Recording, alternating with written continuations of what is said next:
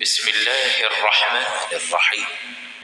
إن الذين كفروا وماتوا وهم كفار أولئك عليهم لعنة الله والملائكة والناس أجمعين خالدين فيها لا يخفف عنهم العذاب ولا هم ينظرون وإلهكم إله واحد لا إله إلا هو الرحمن الرحيم.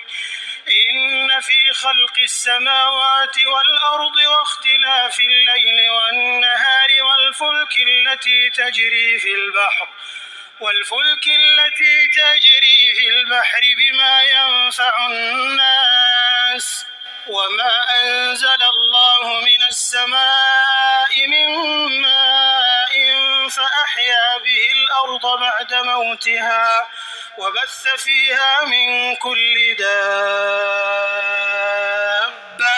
وتصريف الرياح والسحاب المسخر بين السماء والأرض لآيات لقوم يعقلون.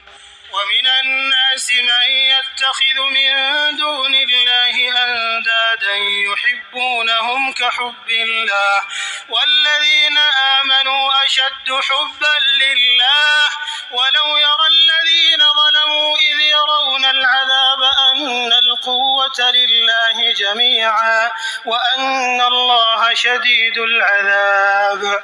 إذ تبرأ الذين اتبعوا من الذين اتبعوا ورأوا العذاب وتقطعت بهم الأسباب وقال الذين اتبعوا لو أن لنا كرة فنتبرأ منهم كما تبرأوا منا كذلك يريهم الله أعمالهم حسرات عليهم وما هم بخارجين من النار.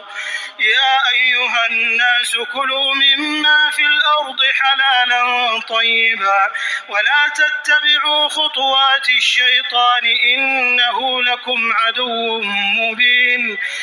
إنما يأمركم بالسوء والفحشاء وأن تقولوا على الله ما لا تعلمون.